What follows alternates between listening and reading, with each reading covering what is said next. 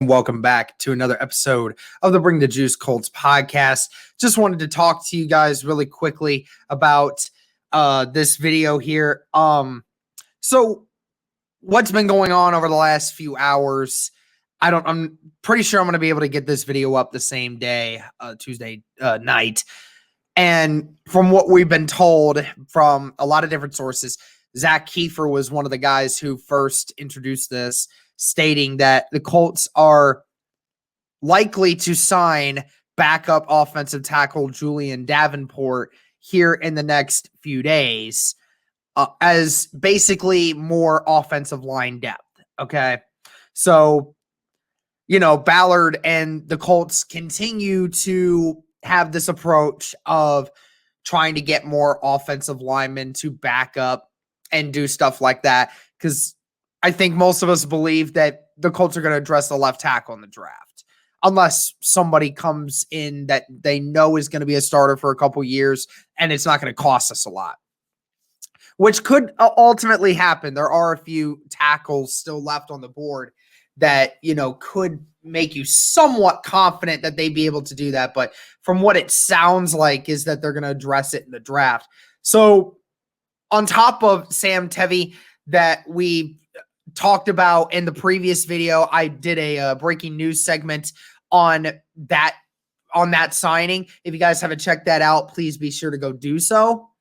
And, just to top off on that, now it sounds like the Colts are going to go after Julien Davenport here very soon. No deal is done yet. Nothing's been decided yet, but ultimately that's what a lot of people are thinking, including Zach Kiefer, who broke the biggest news. So ultimately, when we're talking about Julien Davenport, he's back up for a reason, right? Not the greatest of quality. I'm going to be honest with you guys. I'll be completely straight up and honest with you. In the last 24 games for Julien Davenport, he has given up 16 sacks. Okay? These two guys right here are really not doing they're not great backups. They're just guys that are there to fill spaces, at least in my perspective.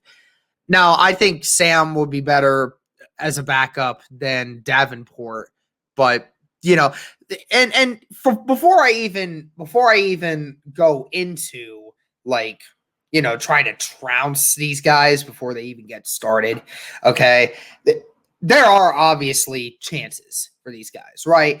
I mean, we've seen multiple times where the Colts have been able to bring guys in and they turn over a new leaf. They get better when they play along the offensive line. I will say this, that the offensive line for us is so much better because they know what they're doing. They've been taught better.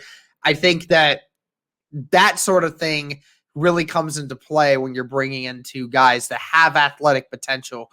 You just need to figure out what you're going to do with them. Now, I'm not saying either one of these guys is going to start ever. I mean, unless there's an injury, God forbid. But ultimately, finding young, athletic linemen that you can put in there to plug in if something were to happen to your left tackle in the future or Braden Smith, then that helps with things down the road. So, again, just another backup signing here. Be sure to keep an eye out for that. Julien Davenport's name could be coming up here very shortly, probably most likely before the weekend is here. That's what a lot of people are thinking, that Davenport may end up getting signed with the Colts. Nothing set in stone yet, but that's what's the news there. Thank you guys so much for tuning in. Thank you again for the support. Really appreciate all of your guys' support. We have been killing it this year already. I mean, already over 1,000 new subs since the beginning of the new year. I mean, it has just been insane, and what you guys have been able to do for us. We really appreciate it. Thank you guys so much for tuning in. And as always, go Colts.